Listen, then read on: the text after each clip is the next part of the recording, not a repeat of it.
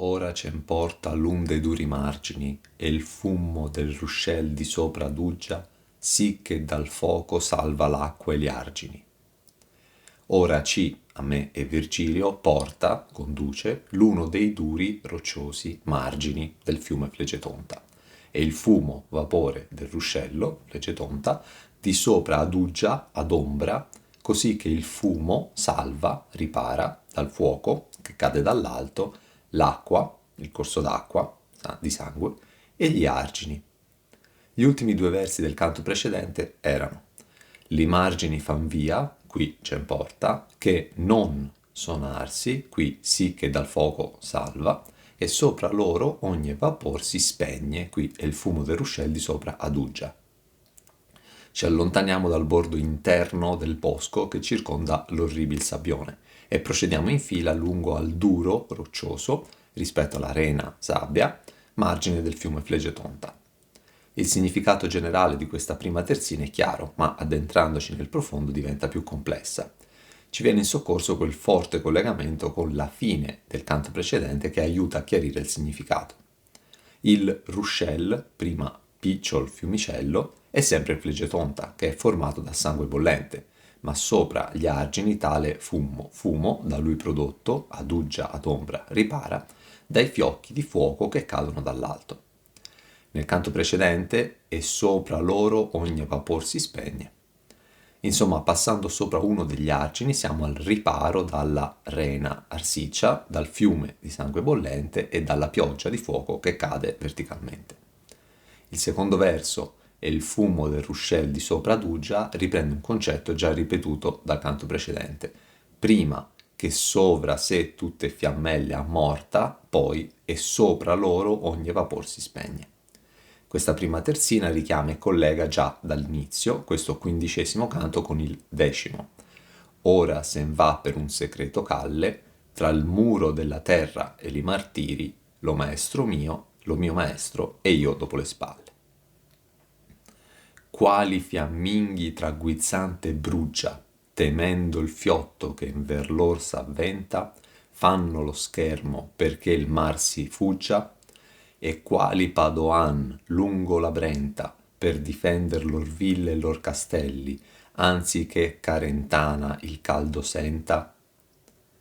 Come i fiamminghi tra Guizzante, Vissan e Bruges, temendo il flutto, l'onda che verso di loro si avventa, scaglia, erigono lo schermo, barriera, affinché il mare del nord si allontani, sia respinto, e come i padovani lungo le rive del fiume Brenta per difendere le loro ville, città e i loro castelli, borghi, prima che la Chiarentana, Carinzia, senta il caldo, l'arrivo delle stagioni calde, col conseguente scioglimento dei ghiacciai e innalzamento dei fiumi.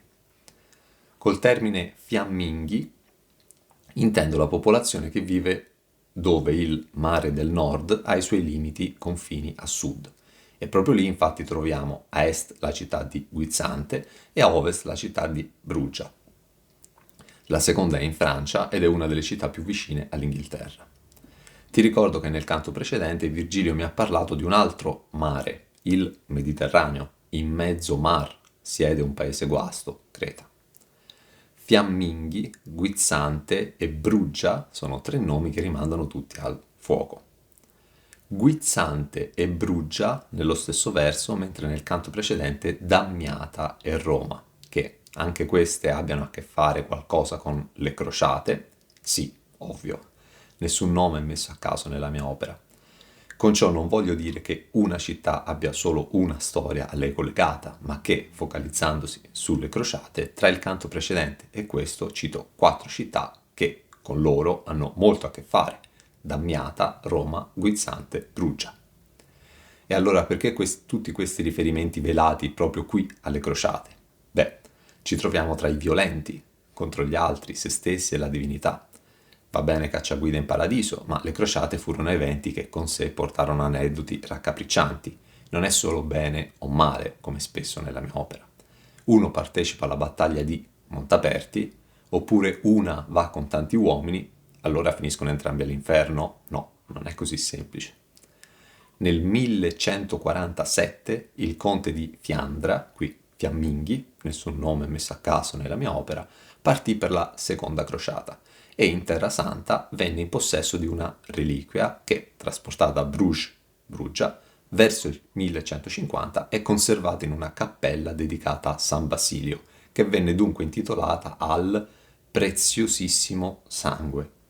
Il sangue versato da Gesù Cristo fu il soggetto di numerosi dipinti fiamminghi, un'immagine stimolata in parte proprio grazie alla nuova reliquia del preziosissimo sangue, nota a Bruges almeno dal XII secolo e che diede origine all'osservanza nel tardo XIII secolo, in particolare a Bruges, della processione del Santo Sangue, dalla cappella appunto dedicatagli. Riguardo all'altra città, Guizzante, a metà del XIII secolo il monaco inglese Matthew Paris pubblicò un'opera conosciuta col nome di Iter de Londinio in Terram Sanctam, quindi itinerario da Londra in Terra Santa, dove appunto, usciti dall'Inghilterra, Guisan compare come la prima possibilità di attracco e partenza per arrivare in Terra Santa. Proseguo con la spiegazione dei versi.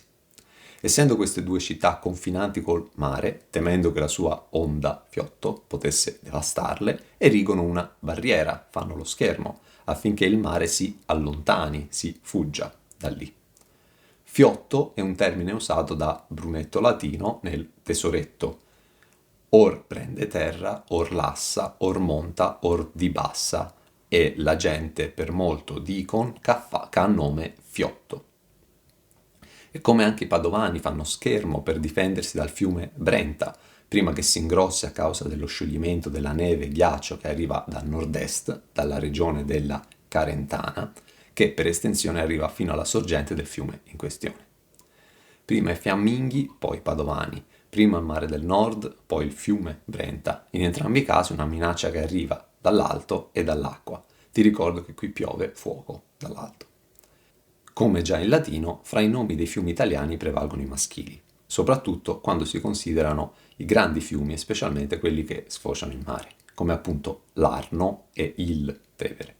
Ma ci sono fiumi sfocianti in mare che un tempo erano femminili e in certi casi lo sono ancora, come appunto la Brenta. L'ultimo verso aggiunge anche il caldo che si va a sommare all'acqua del fiume Brenta, che, come poco fa, sì che dal fuoco salva l'acqua. Insomma, tali margini infernali e il loro fumo proteggevano, separandoli, il picciol fiumicello, coi suoi argini, dall'orribil sabbione e la sua pioggia di fuoco.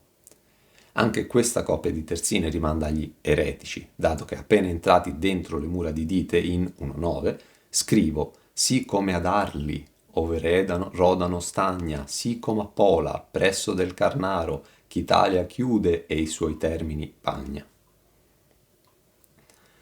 A tale immagine erano fatti quelli, tutto che né si alti né si grossi, qual che si fosse, lo maestro Felli. Già eravam dalla selva rimossi, tanto chi non avrei visto dov'era, per ch'io indietro rivolto mi fossi. A tale immagine, allo stesso modo, erano fatti quelli, argini del fiume infernale, nonostante che il maestro Felli li fece, chiunque egli fosse, né così alti né così ampi rispetto a quelli terrestri. Già eravamo, io e Virgilio, rimossi, staccati, allontanati dalla selva dei violenti contro se stessi, così tanto che io non avrei più visto dov'era la selva, per quanto io mi fossi volto di nuovo indietro. Insomma, gli argini fatti dai fiamminghi tra Guizzante e Brugia e quelli fatti dai Padoan lungo la Brenta erano a immagine di quelli infernali. Di solito dico che noi uomini siamo fatti a immagine di Dio e che la nostra arte umana è a immagine di quella divina. In questo caso scrivo letteralmente che tali opere divine erano fatte a immagine di quelle terrene, però non così alte né così grosse. È per questo che non mi permetto di scrivere che il lavoro dell'uomo in questo caso ha superato il lavoro di Dio, ma genericamente che il lavoro dell'uomo in questo caso ha superato il lavoro svolto dal maestro spirituale, chiunque esso sia, qual che si fosse. Anche qui c'è un gioco tra i verbi al presente, temendo, s'avventa, fanno, si fuggia, per difender, senta, e i verbi al passato, eran fatti, fosse, felli, li fece. Nessi alti, nessi grossi intende sia in altezza, alti, che in larghezza, grossi. Infatti Virgilio mi dice di andargli dietro, fa, io, che di retro a me, Virgilio, vegna. Come sempre, letteralmente e allegoricamente, 1-1. Or se tu quel Virgilio e quella fonte che spandi di parlarsi largo fiume. 1,17 Gerion, moviti omai le rote larghe, ampie. Tali margini infernali non erano quindi alti come quelli terrestri, tanto che un dannato sul sabbione riesce a toccarmi i vestiti, né tanto grossi in larghezza, dato che Virgilio cammina davanti a me, anche letteralmente. Procedendo in fila sull'argine, c'eravamo così tanto allontanati, il termine usato rimossi è più brusco, che se io mi fossi volto di nuovo indietro, non avrei più visto la dolorosa selva, le ghirlanda intorno, come scritto nel canto precedente. Quindi stiamo camminando verso il centro di tale girone. Quando incontrammo d'anime una schiera che venian lungo l'argine e ciascuna ci riguardava come suol da sera guardare uno altro sotto nuova luna, e sì ver noi aguzzavan le ciglia come il vecchio Sartor fa nella cruna. Quando incontrammo, io e Virgilio, una schiera di anime che venivano lungo, sotto, fiancheggiando, l'argine, e ciascuna, ognuna singolarmente, ci riguardava, guardava e riguardava. Come è solito, usuale, durante la sera, buia, guardare un altro essere umano sotto la luna nuova, novilunio, quando la luna non si vede. E così, in tal modo, verso di noi, io e Virgilio, aguzzavan le ciglia, gli occhi, gli sguardi, come il vecchio sarto fa nella cruna del lago. Continuo a farti notare la complessità di questa prima parte introduttiva. Eravamo ormai tanto lontani dalla selva dei violenti contro se stessi che incontrammo una schiera di anime che si spostava sull'orribile sabbione, seguendo il fianco del margine, stando sotto, sull'orribile sabbione, mentre noi ci spostavamo sull'argine e in direzione contraria rispetto a loro. Ciascuna, come spiegato nel canto precedente, significa non genericamente tutte, ma proprio ognuna di loro presa singolarmente. Ciascuna ci riguardava, cioè guardava e riguardava di nuovo, come altra similitudine col mondo terreno è solito fare quando c'è poca luce e si guarda e riguarda un altro uomo che in precedenza hai già visto, ma che guardi di nuovo con attenzione perché c'è poca luce. Senza parlare del fatto che vedere qualcuno sotto nuova luce, luna, ha un fortissimo significato. Tra poco capirai quanto sia attinente tale similitudine con chi avevo già guardato sulla terra e ora mi riguarda sotto nuova luna. A livello letterale la nuova luna o novilunio è la fase della luna in cui il suo emisfero visibile risulta invece completamente in ombra. C'è quindi pochissima luce sulla terra, solo quella delle stelle e di qualche candela. Aguzzavan le ciglia, inteso come fissare attentamente con lo sguardo, come appunto fa il sarto nella cruna. Non però un sarto qualsiasi, ma un vecchio, che quindi deve ancora di più impegnarsi per mettere meglio a fuoco con la vista. Un vecchio qualsiasi, non un gran veglio, come nel canto precedente.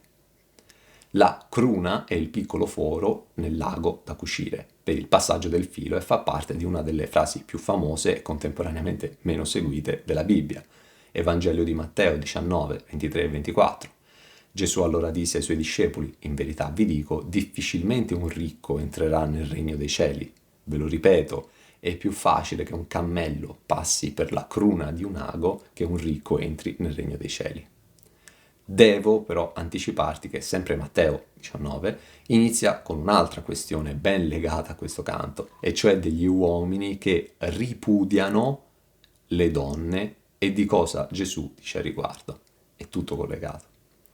La parola cruna compare 3 volte nella mia opera, qui in 1,15, in 2,10, dove tra l'altro intorno a tale parola scrivo passi, scemo, luna, fummo, monte, rauna, diserti, sponda, confina, pie, e in 2:21 attorniata da crolli, parve gridare infino ai suoi pie molli, dissi io, e mi fermo qui.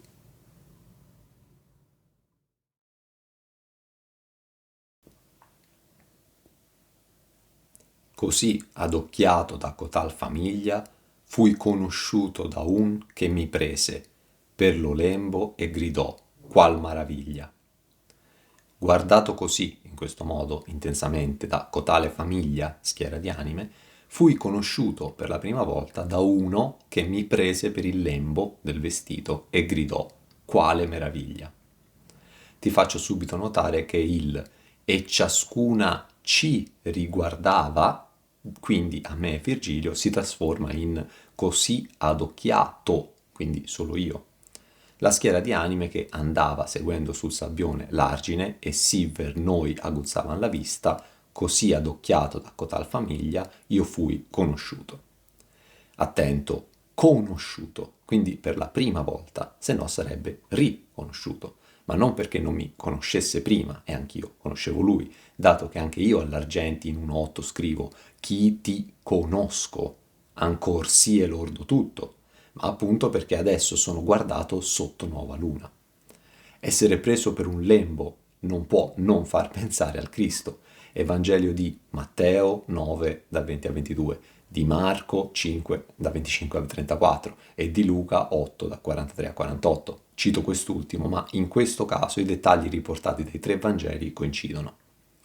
Una donna che soffriva di emorragia da 12 anni e che nessuno era riuscito a guarire, a Gesù, si avvicinò alle spalle e gli toccò il lembo del mantello e subito il flusso di sangue si arrestò.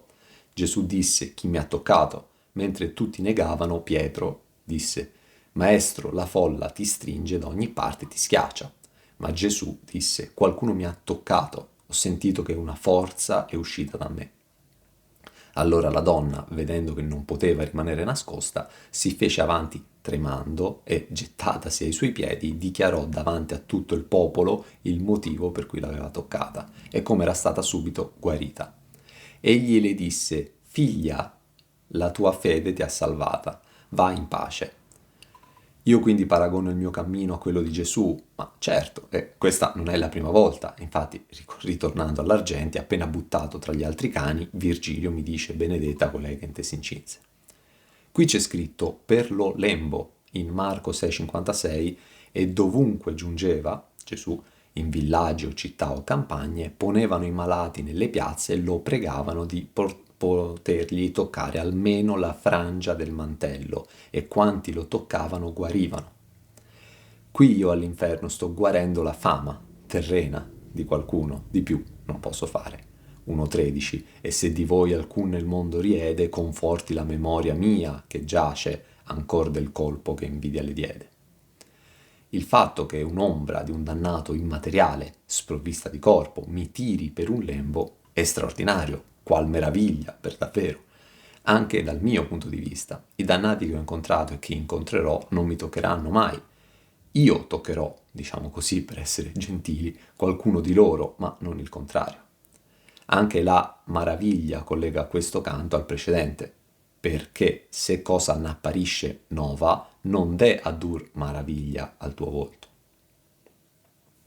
E io, quando il suo braccio a me distese, ficcai gli occhi per lo cotto aspetto, sì che il viso abbrusciato non difese la conoscenza sua al mio intelletto, e chinando la mano alla sua faccia, rispuosi: siete voi qui, ser Brunetto? E io, quando il suo, del dannato, braccio distese a me, prendendomi per il lembo, ficcai gli occhi per, attraverso, l'aspetto cotto, abbrustolito, così che il viso bruciato non difese, nascose la sua di lui conoscenza, lo conoscevo, al mio intelletto. E chinando, protendendo verso il basso, la mia mano alla sua faccia, risposi: siete voi qui, messer Brunetto? E io, sentendomi preso da un lembo, mi girai verso la direzione dalla quale proveniva tale forza e ficcai gli occhi su di un'ombra abbrustolita. Nonostante tale aspetto nuovo, non solo io ho un nuovo aspetto ai suoi occhi, ma anche lui ai miei, Io capii chi era, ma ero stupito di trovarlo qui, quindi gli chiesi anche io, meravigliato, vi trovate qui, messer Brunetto? Qui descrivo il primo contatto fisico, materiale, di un dannato nei miei confronti, non considerando il sospeso al limbo Virgilio che mi prende per mano e abbraccia, né quando sono io che colgo o raduno rami che sono i contenitori delle anime violente contro se stesse, ma non i loro corpi che appenderanno vuoti lì. Effettivamente non mi tocca il corpo, ma la veste, e subito dopo io descrivo che chino la mano alla sua faccia, ma non descrivo un contatto diretto da corpo, corpo che lui non ha, d'anima è una schiera. Così adocchiato da cotal famiglia, quindi tutti mi guardavano, una folla, proprio come Gesù, ma io guardai solo uno, solo quello che mi aveva toccato, ficcai gli occhi per lo cotto aspetto, come in 1-4 ficcar lo viso. Tale anima aveva cotto da cuocere aspetto e viso abbrusciato tra abbrustolito e bruciato. Non dimenticarti che questi hanno li piedi nell'area narsiccia, nevica fuoco e sono nudi. Infatti, ricollegandomi al canto precedente, quando anticipavo informazioni su queste anime che adesso ho incontrato, d'anime nude vidi molte gregge che piangean tutte assai miseramente e altra andava continuamente, quella che giva intorno era più molta. Questo incontro ha somiglianze, ma tante differenze, con quello di Farinata in 1.10, dove scrivo «Io aveva già il mio viso nel suo fitto». Anche lì fu il dannato a prendere l'iniziativa, lì con la parola, qui con il tocco. Lì fu Virgilio a dirmi dove volgermi, qui mi comporto così senza le sue direttive. Lì inizialmente mi avvicino a Virgilio, qui al dannato. Solo lì e qui ho dato del voi a un dannato, già nell'error che m'avete, voi, Farinata, soluto. In realtà do del voi a entrambi gli eretici col quale parlo, in 1.10, dato che anche a Cavalcante dico forse cui guido vostro di voi ebbe a disdegno. Ho dato momentaneamente del voi anche in 1.5, ma non conta, dato che mi rivolgevo a due anime, che infatti rispondevano, solo una delle due in realtà, dicendo noi. Quando però subito dopo mi rivolgo solo a Francesca, gli do del tu, Francesca, i tuoi martiri. Ai dannati do solitamente del tu, come appunto a Francesca in 1.5, a Ciacco in 1.6, l'angoscia che tu hai, all'Argenti in 1.8, chi ti conosco, poi ci sono i due voi di 1.10 e poi, se ci fai caso, non ho più parlato con alcun dannato fino ad adesso. Quindi da Farinata di 1.10, il primo dannato col quale ho una conversazione, Virgilio è sospeso e non conta, è proprio lui in 1.15, da Farinata a Brunetto. In 1.10 c'è la spiegazione di Virgilio sulla suddivisione dell'inferno, in 1.12 i violenti contro gli altri nel fiume di sangue, in 1.13 i violenti contro se stessi coi quali ci parla Virgilio, in 1.14 Capaneo col quale non dialogo ma urla da solo. Il suo nuovo aspetto non riuscì a nascondere la sua conoscenza al mio intelletto, lo conoscevo già, insomma, e adesso lo conosco nel suo nuovo aspetto. Chinare la mano verso la faccia di qualcuno è un linguaggio non verbale di dolce avvicinamento verso qualcuno al quale si vuole bene. Non solo gli do del voi, ma dopo il voi lo chiamo ser, e cioè messere, e poi il suo nome, Brunetto. Alla qual maraviglia di lui rispondo con il mio siete voi qui, ser Brunetto? Messer Brunetto latino, notaio, politico, letterato, personaggio influente nella Fiorenza della seconda metà del 1200, tra le sue caratteristiche ribadisco politico, e ciò avvicina ancora di più questo canto a 1.6 con Ciacco e a 1.10 con Farinata, sia la politica che Fiorenza. E quelli, o figliuol mio, non ti dispiaccia se Brunetto latino un poco teco ritorna indietro e lascia andar la traccia. I dissi lui, quanto posso ven prego, e se volete che con voi masseggia, farò se piace a costui che vos seco. E io, Brunetto, o mio figliuolo, non ti a me dispiaccia se Brunetto latino un poco con te me ritorna indietro, invertendo il suo senso di marcia, e lascia andare la traccia, l'orma del suo gregge. Io dissi a lui, Brunetto, per quanto io possa farlo, ve ne prego, e se volete, voi Brunetto, che con voi, Brunetto, mi sieda accanto, lo farò, se ciò piace a costui, Virgilio, insieme al quale vado. Io lo chiamo per nome e lui mi chiama figliuol mio, che è una sfumatura ancora più dolce rispetto al solo figlio. Anche Virgilio in 1.3 e in 1.11 mi chiama esattamente figliuol mio. Figliuol non indica soltanto un modo dolce per riferirsi a qualcuno più piccolo di età col quale si ha un legame, ma in prima battuta proprio al figlio di sangue. 1.1 poeta fui, Virgilio, e cantai di quel giusto figliuol d'Anchise, Enea. E l'appena superato 1.14 Rea la scelse già per cuna fida del suo figliuolo, Giove. Sempre dal canto precedente sappiamo che quella gente che gira intorno era più molta, e tra questi che girano intorno, procedendo sempre nello stesso senso, c'è Brunetto che cortesemente mi chiede se a me non dispiaccia se per poco può tornare indietro e quindi invertire il suo senso di marcia e lasciare andare, allontanare la traccia. La traccia è proprio l'orma, magari durante la caccia, come in 1.12, in traccia con Rien Centauri. Lasciata magari dagli animali, e nel canto precedente li descrivo come d'anime nude vidi molte gregge, e nel prossimo verso qual di questa greggia, greggi, pecore, non per forza in senso dispregiativo, che qui non sono proprio in fila ma in gruppi. Io sto facendo questo cammino insieme a Virgilio, costui che vo seco, che più volte mi ha detto e mi dirà di non perdere tempo, di andare oltre.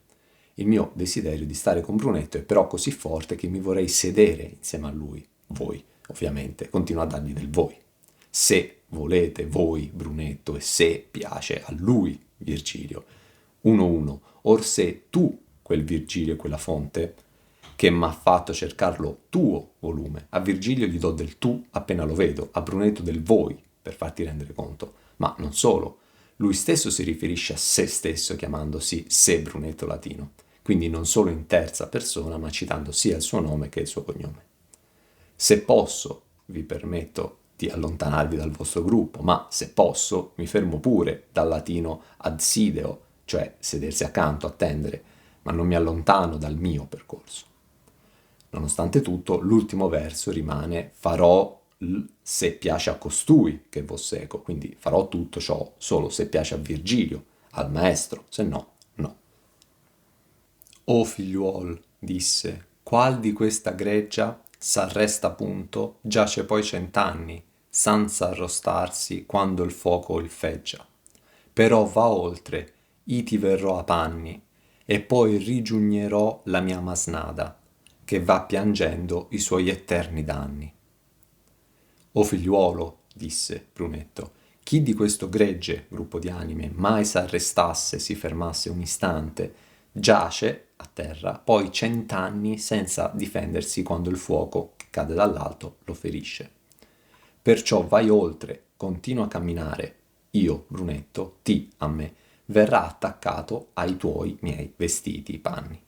E poi giungerò io, Brunetto, di nuovo mi ricongiungerò con la mia, di Brunetto, masnada, compagnia, che va piangendo, soffrendo, i suoi danni eterni. Mi chiama figliuolo di nuovo e mi dà una nuova informazione. Se qualcuno condannato a muoversi in continuazione si fermasse, quindi un violento contro natura che diventa anche violento contro Dio in sé, come un bestemmiatore, quasi, come gli avevo chiesto ingenuamente di fare, per punizione aggiuntiva dovrà stare fermo per 100 anni. Si ottiene così che io da vivo, con un tempo limitato sulla via terrena e un tempo ancora più limitato per compiere questo viaggio, mi posso fermare. Brunetto, morto per sempre, non può fermarsi neanche un istante. Ti ricordo che tra le 3 diverse punizioni, quella di camminare è la minore, quella di stare fermi, seduti, raccolti è più grave della prima, quella di stare fermi, sdraiati, a pancia in su è la più grave, perché maggiore è la superficie di contatto con il caldo che contemporaneamente arriva da sotto e da sopra, a doppiarlo dolore. L'atteggiamento di Brunetto rispetto a me e Virgilio, il non volersi fermare se no soffrirebbe di più, è diametralmente opposto a quello che avrà Stazio rispetto a me e Virgilio. Lui infatti ritarderebbe addirittura il suo arrivo nel regno dei cieli pur di incontrare Virgilio, che Brunetto non conosce e non conoscerà. De l'Eneida dico, la qual mamma, fummi e fummi nutrice poetando, sans'essa non fermai peso di dramma, e per esser vivuto di là quando visse Virgilio, assentirei un sole più che non deggio al mio uscir di bando. Purgatorio 21, 2:21. Lo cotto aspetto, sì che il viso abbrusciato, diventa ora arrostarsi quando il fuoco. Questo fuoco che continua a essere una presenza persistente, come devo fare tale riferimento, tra i lussuriosi, attento, lussuriosi del Purgatorio 2:26. Incontrerò chi andrò contro natura e scriverò: la gente che non vien con noi, offese di ciò che per sé già Cesar trionfando regina contra sé chiamarsi intese, però si parton Soddoma gridando, rimproverando a sé come mai udito e aiutan l'arsura vergognando. Nostro peccato fu ermafrodito, ma perché non servammo umana legge, seguendo come bestie l'appetito. Mentre nel canto successivo a quello, il 2:27, attraverserò un muro di fuoco. Arrostarsi da rosta come in 1:13, nudi e graffiati fuggendo sì forte che della selva rompiano ogni rosta, significa intrico di frasche. Qui è usato in senso lato per difendersi, dato che la rosta si usava per difendersi dal calore e dalle mosche zanzare. Insomma, le anime si scuotevano trescando per togliersi fiocchi di fuoco che gli cadevano addosso. Invece, se sono soggetti a questa ulteriore punizione di 100 anni, fermi non possono neanche muoversi, ma devono giacere senza potersi arrostare. Rosta è anche come Capaneo, che era violento contro Dio col cuore bestemmiando. Rosta è anche proprio lo strumento fatto di frasche che si usava come ventaglio o scacciamosche, appunto. Qui s'arresta è seguito da sanz'arrostarsi. S'arresta sanz'arrostarsi. Perciò lui mi dice: continua nella tua traiettoria, io ti starò attaccato ai vestiti, i panni, sono letteralmente i vestiti, il loro orlo più basso in questo caso, come prima mi prese per lo lembo. Rigiugnerò inizia con un ri, quindi di nuovo, e continua con un giugnerò, giungerò, quindi giungerò di nuovo, raggiungerò, dato che momentaneamente si separa da loro. Loro, lui stesso, li chiama mia masnada, termine che compare soltanto qui e in 2:2, quindi riferito ad anime che andranno in purgatorio e poi in paradiso, quindi non ha solo un senso dispregiativo, quando verranno richiamate da Catone Uticense. Ti faccio notare come io riesca anche in questo canto a inserire la parola chiave punto, che con questa ricorrenza compare ben 10 volte nei primi 15 canti.